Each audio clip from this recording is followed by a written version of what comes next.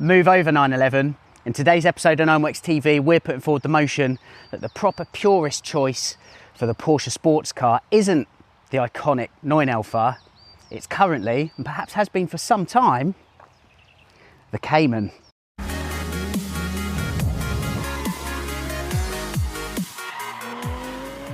This video might be a tough sell for some, and believe me, as a former editor of Total 911 magazine for 12 years, it took me some time to get my head around it as well. But the point is, as iconic as the Porsche 911 is, enjoying that rich 60+ year history and lineage, over that time there's no denying the car has become bigger, more bloated, heavier, arguably less visceral, less engaging than it once was.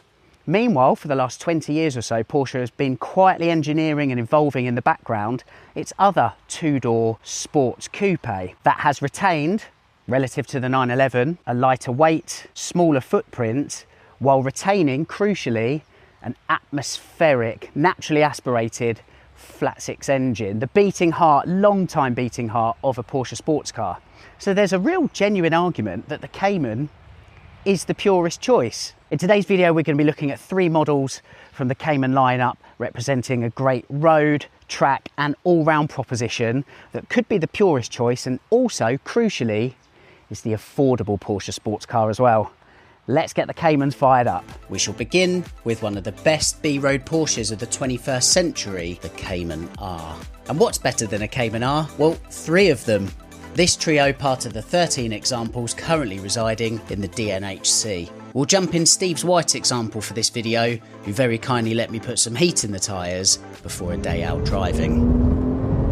This is an early morning blast across the moors. I'm yet to have coffee, but I don't need it. This thing has got me alive and kicking.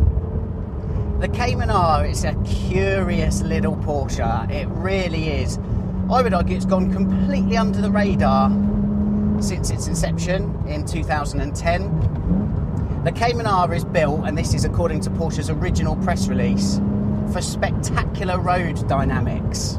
Its makeup, just a purely focused little machine for the delightful act of fast B-road driving.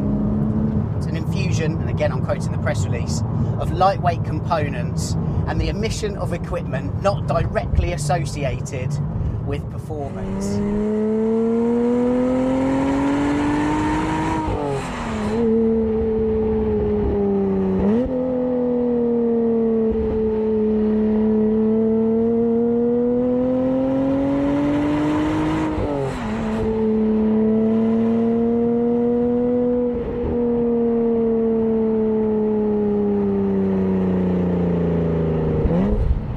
Based on a 997.2 Cayman S, 55 kilos stripped from that original car, so this now tips the scales at 1,295 kilos.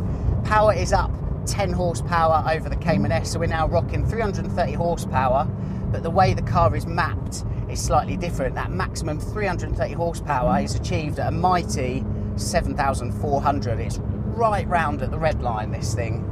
With a Porsche badge on, as I said, that gives you a concept that is truly exploitative on the public road. And this amazing little Cayman R is a glorious testament to that. Other notable aspects of specification: 6-speed manual, glorious 6-speed manual, we'll talk about that shortly. PDK was optional. Mechanical LSD. Lightweight 19-inch wheels, they weigh 10 kilos each. Not that we've realised it for the last 16 years, but in the Cayman R, I just think we're sitting on absolute gold. It's just the perfect little road-going Porsche for just truly exhilarating fast road driving. This is it. What I will say is, I believe the Cayman R is quite spec dependent. What you're seeing here in Steve's car, this is the winning combo.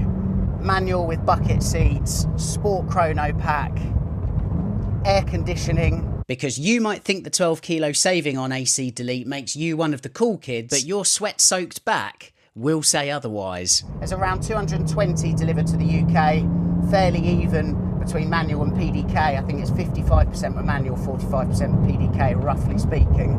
A manual Cayman R is sat at 40 grand. for the last 10 years. Super solid, not gone anywhere. There's been a definite uptick over the last 18 months or so. We've plugged it handsomely on Nineworks radio for all of that time. I'd like to think we've helped. And according to figures I've seen, Cayman R's in the UK that have previously been sawned are now finding the road again. That shift is outrageous. So they are finding a resurgence, and I think prices are now going to be sitting pretty soon back where these cars were new, and that is only £51,000. So compared to the other two Caymans on this test, the value of the R is monumental. The shift, short shift, amazing. Its cog swapping credentials are some of the very best. Super short shift, really nice heft to it. Reminds me a little bit of like a 997 Gen 2 RS. It's 6-speed, as I said. Really nice weight and heft to it. With sport mode deployed as here, this thing sings at 4,000 RPM, and I think keeping the revs high is where it's at. Owners have mentioned a bit of a flat spot just before the mid-range, which can be mapped out. But in the top echelons of the tacho, it's so free revving. And this car does feel super lightweight, I have to say. It's quite firm with sport button on. That sport suspension is a tad on the firm side. But this thing is just so playful on the road without taking the mickey. I think that's where the fun is. It's so exploitative. That's how I'd describe the R. It's honestly a little hot rod with attitude from the Porsche factory. And I think the star of these is going to keep on rising. When Porsche's GT department turns its hands to the Cayman, results are similarly spectacular. I need to read right off the press release because I'm not going to remember it, but again, this is another delightful sentence from Porsche when revealing the GT4 in 718 form to the world. They said the 718 GT4 is designed to appeal to those who delight in an undiluted driving experience and appreciate a high level of dynamic agility. Let's see what it's like. Obviously, the 981 generation was the first GT4, and it was a cracking car. A 911 Carrera S engine in a mid-engine sports car with GT3 front suspension. Porsche, I would argue, has taken things even further with the 718 to heighten ever more its track-focused credentials, because for me that is where a GT4 is at. It's like the GT3, it's a track-bred car that you can drive on the road.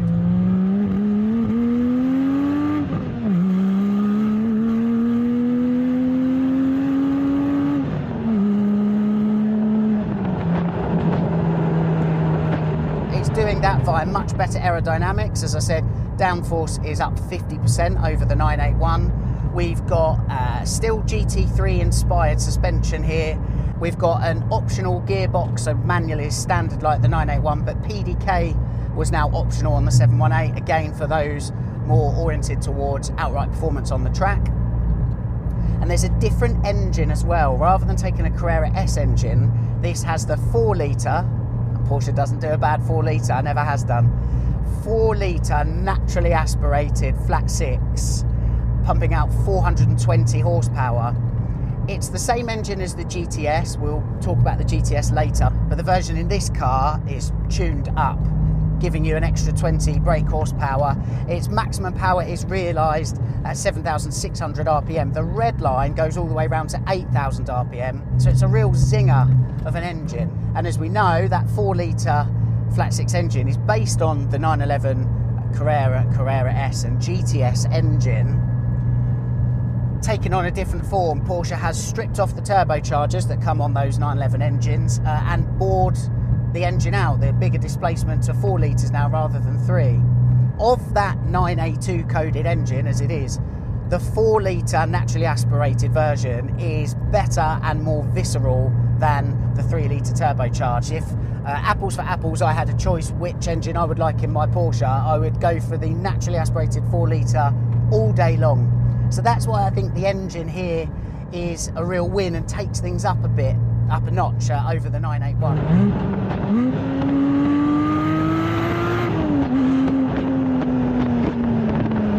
This is unmistakably a Porsche GT product. In the way it looks, lots of visual drama. In the way it sounds, there's a lot of sound coming into this cabin. I can hear everything, not just the engine, I can feel the engine as well, by the way, and the reverberations of it. But I can hear the brakes as well when they're binding together. I can hear stones flicking up in the arches.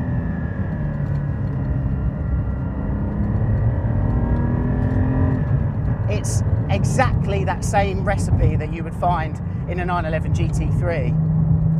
Likewise, with the way this car goes down the road, it is super stiff. It's definitely more suited to the track, the GT4. Super stiff. There's an intensity to the steering as well. It's moving around quite a lot.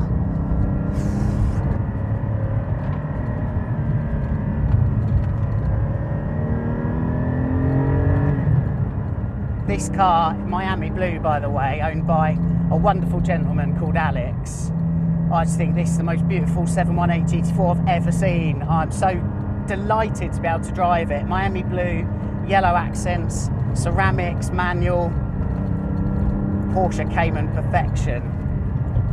And this is my point with the 718 GT4. It's half the price compared to a 911 of the same era in the 991.2. So again, like Porsche value for money is right here. I don't feel shortchanged in any way. I'm not missing a GT3 at this point. Exquisite thing, exquisite. That 6-speed shift is beautiful. It's louder in here than the GTS. It's definitely more intense the way the car revs as well. I'm not sure how that's Porsche has addressed that, but it's just way more intense.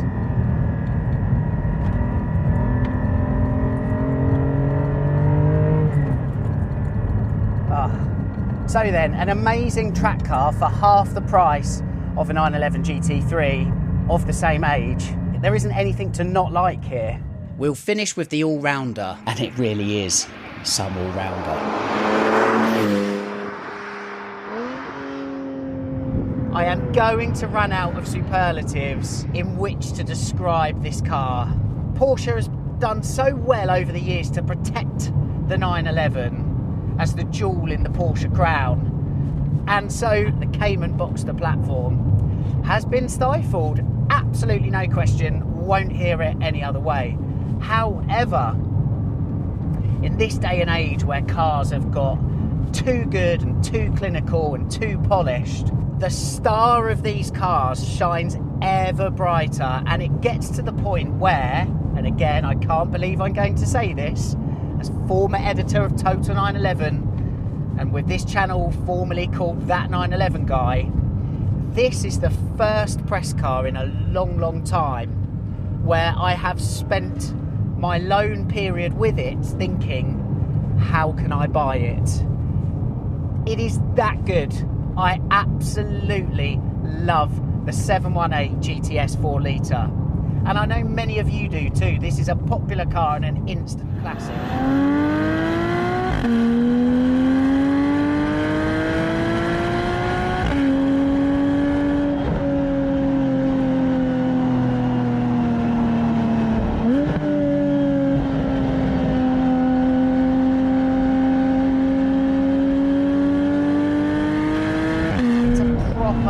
Porsche sports car. It's agile, it's quick, it's loud, its ability to pivot through corners, it's just perfection. You do drive it differently to a 911, and I am going to reference 911s again, just with reference to my background, but also because I do really want people who, similarly to me, have historically been dyed-in-the-wool 911 diehards.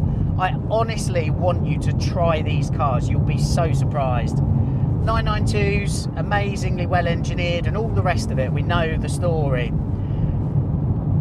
But the new cars just don't wear their heart on the sleeve. They don't readily reveal themselves in the same way as older stuff, and that's why I personally on this channel prefer reviewing older cars. This car is a modern day equivalent of that, definitely. It's not 992s, it's 718s. I prefer the Cayman simply because it's more purposeful. When I get in this car, it stirs my emotions to the point where I want to strap myself into this little pocket rocket and take on all the curves this country has to offer. And the coupe silhouette, I just feel, is more purposeful. What I'm so impressed about with this 718 is, and it's difficult to talk about this car in a fresh way and say something that hasn't been said previously, because it's as good as everybody over the last 6 years has said. But what I really like about it, and it's why this 718 GTS 4 litre is the ultimate do-it-all Cayman. Absolutely ultimate do-it-all Cayman, and it will do everything convincingly. Knock it into normal mode, I'm in fully automatic, and nice and quiet from the engine. There is rolling tyre noise, which I know has been reported elsewhere. That is a thing. It's like 911 levels of rolling tyre noise. But in terms of the engine, quiet, to the point where my first 2 hours at the wheel, I thought, this is another engine that's suffering with those gasoline particulate filters. There's just no noise. But I mean, how wrong was I? Stick it into sport. Let's have some manual engagement or swapping of cogs. There's a real crescendo of noise as that tacho hunts the red line. It really builds with intensity in this cabin. It is just the best. It is just the best. It's what we want from a sports car, Porsche. It's what we want from a sports car. It produces 400 horsepower, revs all the way around to 7,800. It's 200 RPM lower than the GT4 because the GTS and the GT4 share the same engine. The GTS is just essentially detuned slightly compared to that GT4. But it is a cracker. It is a cracker of a flat six. It's just there. I feel like I'm strapped to it. Twinned with an amazingly naturally balanced car.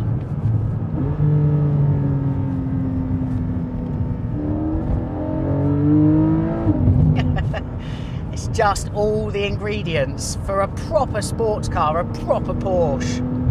I can't fault this car. In fact, the only gripe I have with this car are the tyres wrapped around those wheels. I can't stand Pirelli P0s. I've never liked them. I never will. They feel utterly wooden. And I kind of feel like that's a limiting factor with this car, really. I actually think the looks of this car work a bit in its favour because it's so unassuming where it lacks that visual drama.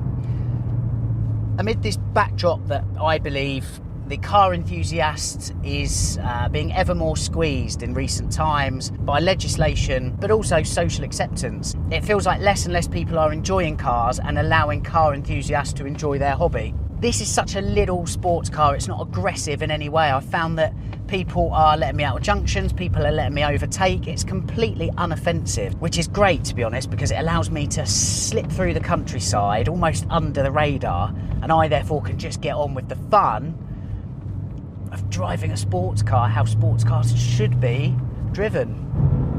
So I hope you've enjoyed this video as much as I have. I'm possibly the last person on planet Earth to wake up to the Cayman platform as a convincing, not alternative to a 911, a preference. Because I believe the car that carries the soul of Porsche and a Porsche sports car, harking right the way back to those early 356s, I think it's here. I think it's right here. I don't think it's with heavy, lumpy 992s.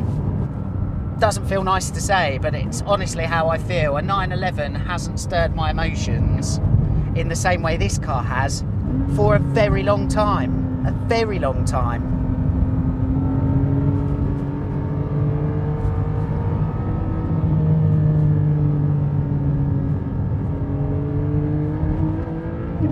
Thank you very much for watching OMX TV. Thank you very much to Porsche GB for allowing a drive of this 718 GTS 4 litre. Obviously these cars aren't in production anymore. This baby miles Carmine red example with 6,000 miles on the clock is one of the last ever made. An incredible bit of history, and I'm so chuffed and privileged to drive it, so thank you. That's it. We'll see you again soon on OMX TV in the odd 911 and definitely in a few more Caymans and Boxsters. bye.